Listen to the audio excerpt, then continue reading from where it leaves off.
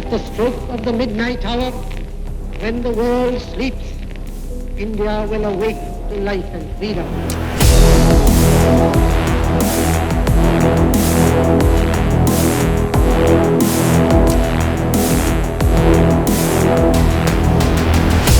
Three, two, one, zero.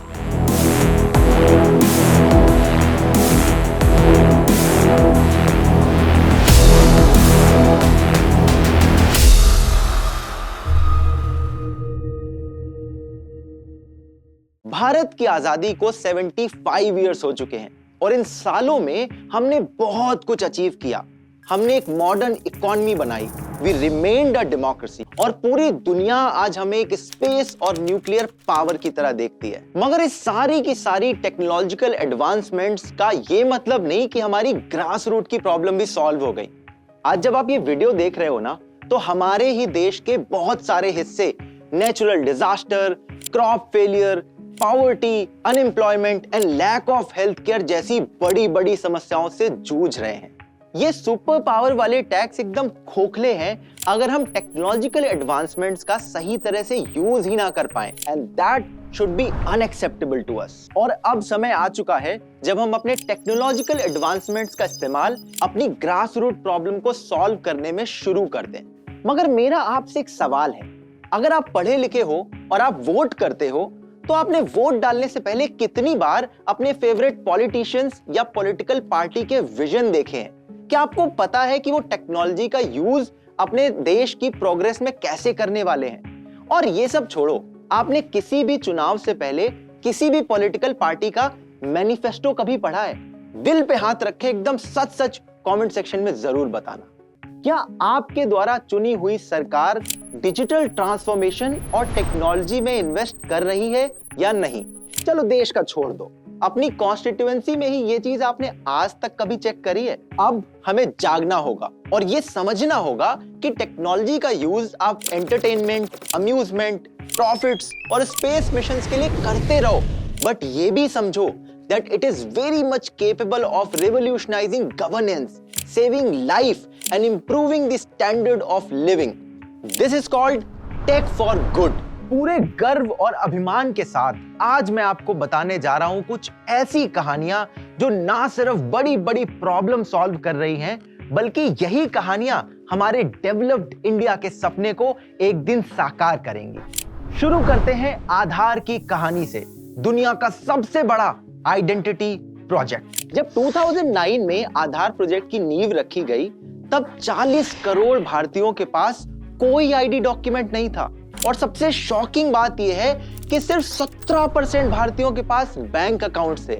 और उस समय भारत को जरूरत थी एक सेफ, सिक्योर और रिलायबल आइडेंटिटी सिस्टम की। आज 12 साल बाद देश के 80% से ज्यादा लोगों के पास बैंक अकाउंट्स हैं और आधार ने करोड़ों भारतीयों को उनकी पहली प्रूफ ऑफ आइडेंटिटी दिलवाई है। भारत को आधार ने इस एज ऑफ इंफॉर्मेशन में एक डेटा रिच नेशन बना दिया है। अब आप पूछ सकते हो कि आधार जैसा इतना बड़ा मिशन सक्सेसफुली किया कैसे गया? UIDAI जो ऑर्गेनाइजेशन आधार बनाती है, उसने बिग डेटा और डेटा एनालिटिक्स की टेक्नोलॉजी का इस्तेमाल करा और इसके पूरे प्रोसेस में 2 स्टेप सबसे ज्यादा क्रिटिकल थे। पहला, enrolment to give new card to the citizens, and दूसरा, ऑथेंटिकेशन, किसी भी सिटीजन की आइडेंटिटी एस्टैब्लिश करने के लिए। जब आधार कार्ड इशू करना शुरू किया गया ना, तब एक दिन में 10 लाख आधार नंबर इशू किए जा रहे थे और इसके लिए 200 ट्रिलियन मैचेस एक दिन में परफॉर्म किए जा रहे थे। And this was an exceptional achievement of modern technology. अब आप कह सकते हैं कि इतना बड़ा मिशन चला लिया, आधार कार्ड भी डिस्ट्रीब्यूट कर दिए, मगर इन सब का हमारे देश को फायदा क्या हुआ? आधार ने हमारे देश के करोड़ों लोगों को आइडेंटिटी दी, उन्हें एक एग्जिस्टेंस का प्रूफ दिया और इसके जरिए वो एजुकेशन और एम्प्लॉयमेंट जैसी सर्विसेज को पहली बार एक्सेस कर पा रहे हैं। और यही नहीं, आधार कार्ड होने की वजह से करोड़ों लोग बैंक में अपना अकाउंट भी खोल पाए और बैंक अकाउंट होने की वजह से गवर्नमेंट अब उनके खाते में डायरेक्टली सब्सिडी ट्रांसफर करती है। बीच में से मिडिलमैन हटा तो सरकार ने बहुत सारा सब्सिडी का लीकेज भी रोक लिया। भारत पूरी दुनिया का सबसे बड़ा सब्सिडी प्रोग्राम रन करता है, मगर आधार आने के पहले इसका 60% हिस्सा लीक हो जाता था, मतलब मिडिलमैन खा जाते थे। और उसका कारण पता है क्या था? बहुत ज्यादा डुप्लीकेशन था आइडेंटिटीज में और करप्शन था। आधार आने के बाद ये चीजें हल हो पाई। सरकार सीधे जब खाते में ट्रांसफर करती है पैसा, तो वो 1.78 लाख करोड़ सेव कर पाई सिर्फ 5 सालों के अंदर। आधार एक रिवोल्यूशनरी कॉन्सेप्ट है और आधार ने प्रूव कर दिया है कि टेक्नोलॉजी हमारे देश के विकास में एक बहुत बड़ा रोल प्ले कर सकती है। अच्छा, इंसानों का आधार तो ठीक है, बट क्या आपको पता है हमारे देश में जानवरों का भी आधार है? जी हाँ, पशु आधार कार्ड बनवाया जा रहा है। साल 2020 में 2 करोड़ से ज्यादा गाय और भैंसों के पास उनका यूनिक आइडेंटिटी नंबर था और इस डेटा को INAPH के डेटाबेस में अपलोड भी किया जा चुका है। सुनने में आपको थोड़ा अम्यूजिंग और मे बी स्टूपिड भी लग सकता है, लेकिन आपको जानकर हैरानी होगी कि इसके फायदे काफी इंप्रेसिव हैं। पशु आधार के डेटाबेस की मदद से हमारे देश के एनिमल हस्बेंड्री ऑफिसर ना सिर्फ जानवरों के प्रोडक्ट की क्वालिटी को ट्रैक कर पाते हैं, बल्कि उन्हें इफेक्टिवली मैनेज कर पाते हैं। और आपको एपिसोड 1 में याद है, जूनोटिक डिजीजेस हमने डिस्कस करी थी, वो जो कि जानवरों से इंसानों में आती हैं और कई बारी पैंडेमिक बन जाती हैं।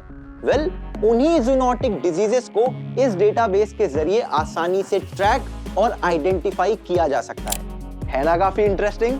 जैसे आधार ने हमारे देशवासियों को उनकी पहचान दिलाई, वैसे ही किसी देश की भी अपनी एक पहचान होती है, और वो आती है कि वो देश अपने एनवायरमेंटल रिसोर्सेस को कैसे यूज कर रहा है। तो जैसे डेटा साइंस की मदद से हमने आधार बनाया, वैसे ही डेटा साइंस हमारे देश के पानी को कैसे वेस्ट होने से बचा रहा है, ये मैं आपको बताता हूं अपनी अगली स्टोरी में। ये कहानी है वीगॉट की।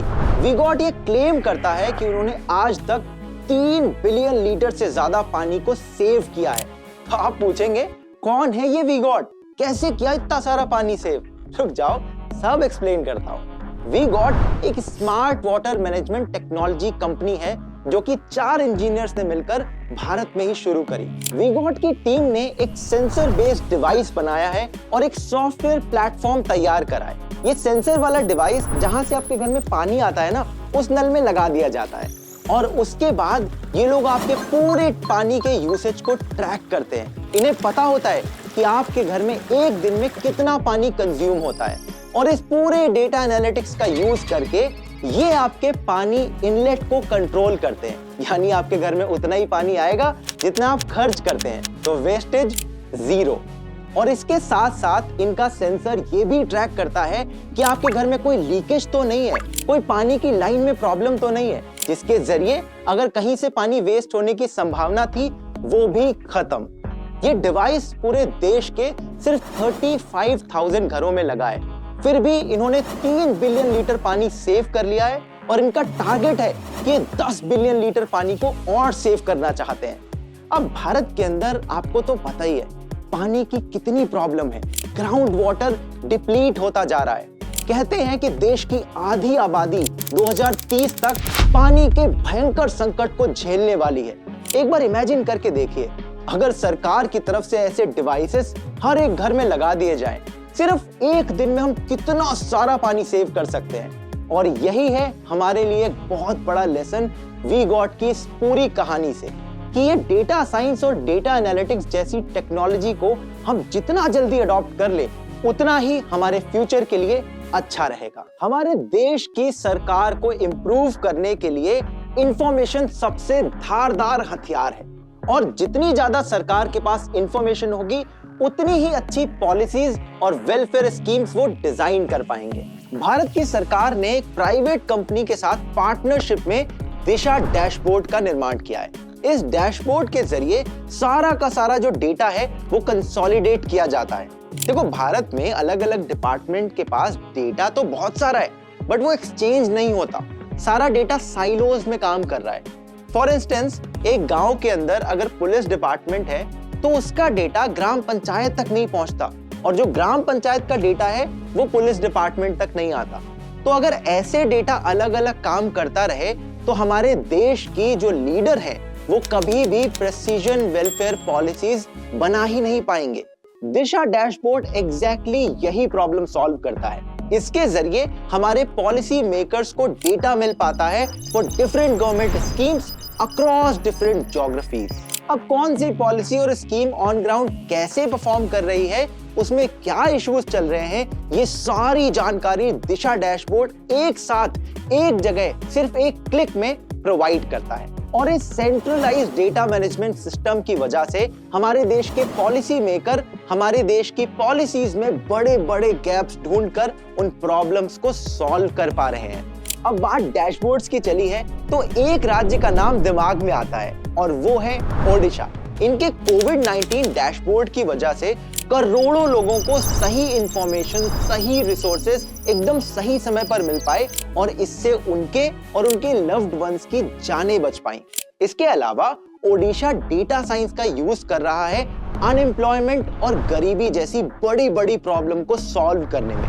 ओडिशा अपने राज्य में नेचुरल डिजास्टर की प्रॉब्लम को भी डेटा साइंस की मदद से हल कर रहा है। नेचुरल डिजास्टर और क्लाइमेट चेंज जैसी बड़ी बड़ी प्रॉब्लम्स इंसानों को बेबस कर देती हैं। ये हमें महसूस कराती हैं कि हम नेचर के गुस्से के आगे कितने इनसिग्निफिकेंट हैं। और यहीं से तो शुरुआत हुई थी हमारे एवोल्यूशन की।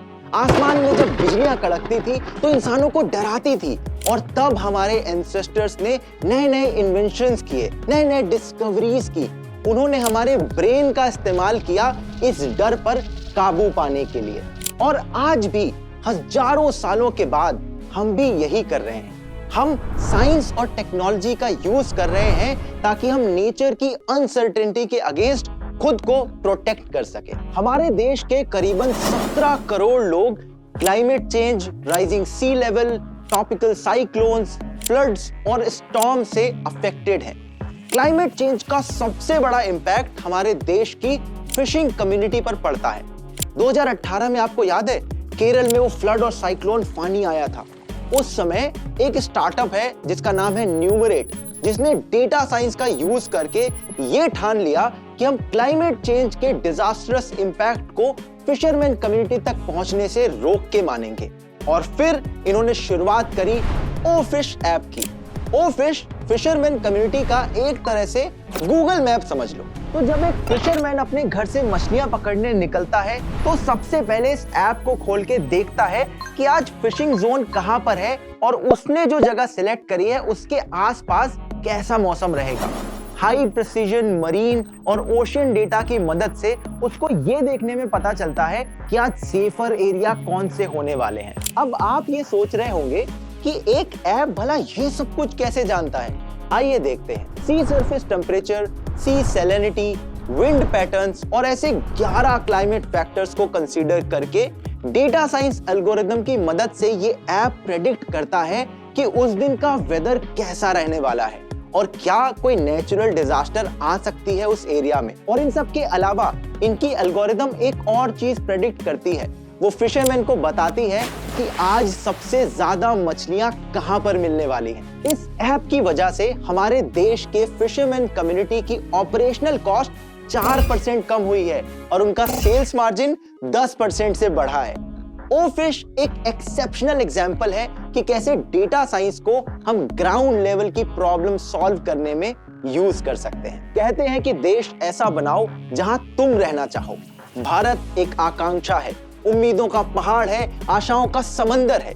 यहाँ हम किसी को भूखा नहीं सोने दे सकते, हम किसी को होपलेस नहीं होने दे सकते, हम किसी के सपने को खोने नहीं दे सकते, खासकर तब जब हमारे पास टैलेंट भी है और टेक्नोलॉजी भी। All we need is collective willpower and ambition। कहते हैं ना, भारत पहले सोने की चिड़िया हुआ करता था और आज data is the new gold, ऐसे स्टेटमेंट सुनाई देते हैं। तो अगर हम डेटा साइंस का यूज करें तो हम भारत को एक बार फिर से सोने की चिड़िया बना सकते हैं। ये वीडियो आपको कैसा लगा कमेंट में जरूर बताना। अच्छा, इससे पहले के एपिसोड्स में हमने डेटा साइंस का यूज करके कैसे पैंडेमिक को हराया, कैसे फूड इनसिक्योरिटी को प्रॉब्लम को सॉल्व कर रहे हैं और कैसे मेंटल हेल्थ इंफ्रास्ट्रक्चर को इंप्रूव कर रहे हैं, ये सब एक्सप्लेन कर रखा है। आपको इसके लिंक प्लेलिस्ट में और डिस्क्रिप्शन में मिल जाएंगे।